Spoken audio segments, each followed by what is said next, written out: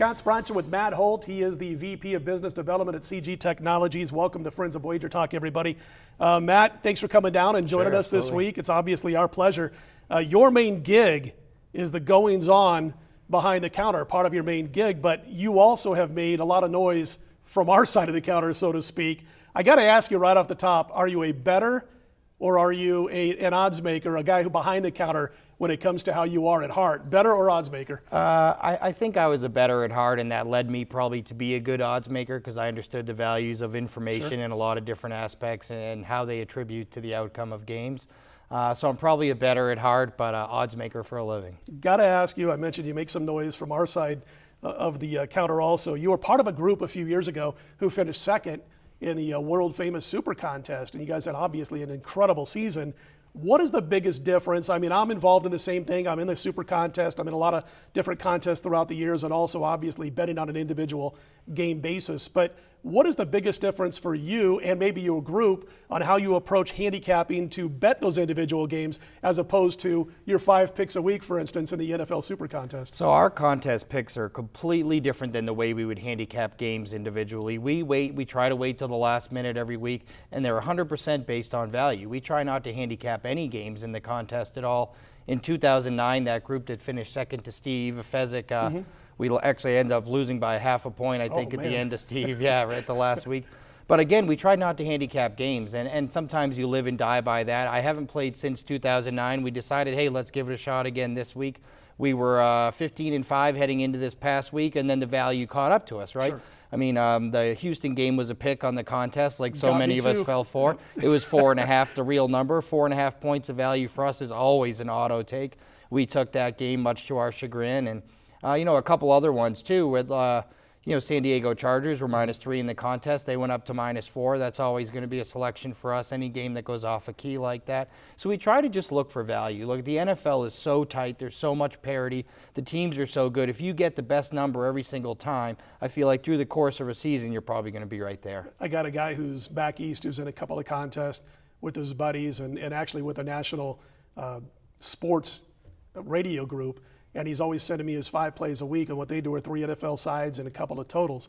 And he's giving me these plays on Saturday. What should I use here? What should I use there? And I always just look right at the totals, and I'll say, well, this total was, 43 in your contest. It's 45 now. Yeah, and right. Just talk about it. So different than what it is when you're going up to make your individual plays, when you make those plays throughout the week. It's all about looking at those point spreads and how they've changed off that contest card, at least for me, 80% of it. I know you play some futures, and I wanted to talk about a few different sports, a few different leagues. When it comes to maybe some sleepers, let's start with college football. Yeah, so one of the big misconceptions in college football right away is a team loses a game and then the bettors tend to go to the window and ignore that team. They only tend to look at the undefeateds right away. And as we've seen historically, these one-loss teams, especially teams that lose early, have a lot of opportunity to climb back in it, including Ohio State, the national champion last year. And I think a team that fits that scenario perfectly this year is the Stanford Cardinals. Lost their opener on the road, the whole west to east early, got a hold of them. They played a poor game at a very good Northwestern team. Since then, they've won 4 straight, outscoring opponents 169-79 in those contests. And they only have 2 more road games the entire year, and those games are at Washington State and at Colorado, and they're likely to be favored in the rest of their games. And that also gives them 3 straight, what we call like high-profile games to end the season where they host Oregon, they host Cal, who's very high profile this year, and they host Notre Dame. You win those 3 games in a row, win out, get in the Pac-12 championship game, and at 25 or 30 to 1, the Stanford Cardinal team is very live to win a national championship. I like the fact that, they were flat as a pancake in that early game at Northwestern, no doubt about it. I watched it, I'm going, wow, I haven't seen a Stanford team this flat maybe since pre-Jim Harbaugh when he arrived. David Shaw does a great job keeping this program at a really strong level, perennial top 20 team.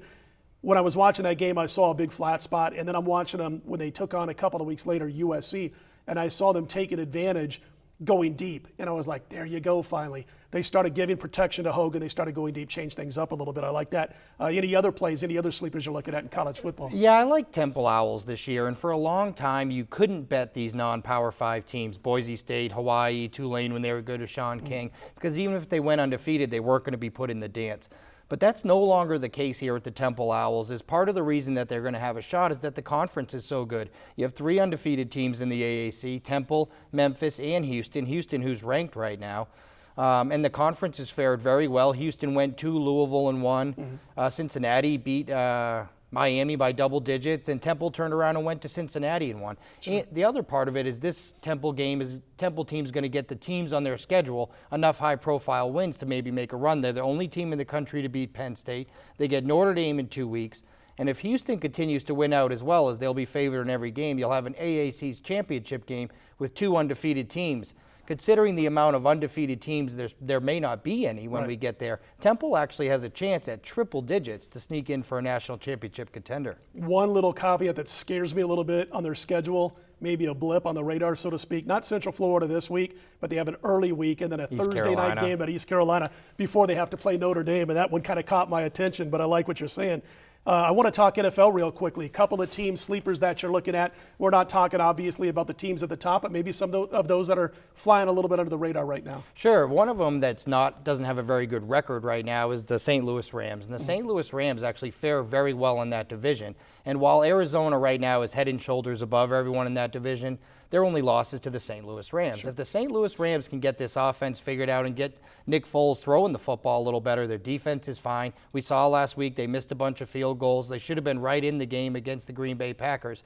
This is a team, if they continue their in-division dominance, that has a shot to win that division and go to the playoffs and maybe win a Super Bowl at a very high price.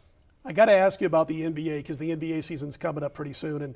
And before we jump into a sleeper or what your thoughts are on teams that maybe you want to pluck your money down on to win the NBA title, for those who don't follow the NBA super closely, and I'm talking about the offseason, we know about Steve Kerr's issue with the Golden State Warriors. He's had a couple of back surgeries, little spinal fluid leak after the first surgery, which is obviously a serious situation. We do know he's going to miss time, potentially serious time on the sideline. Don't know if it's going to be a few weeks. We don't know if it's going to be a couple of months.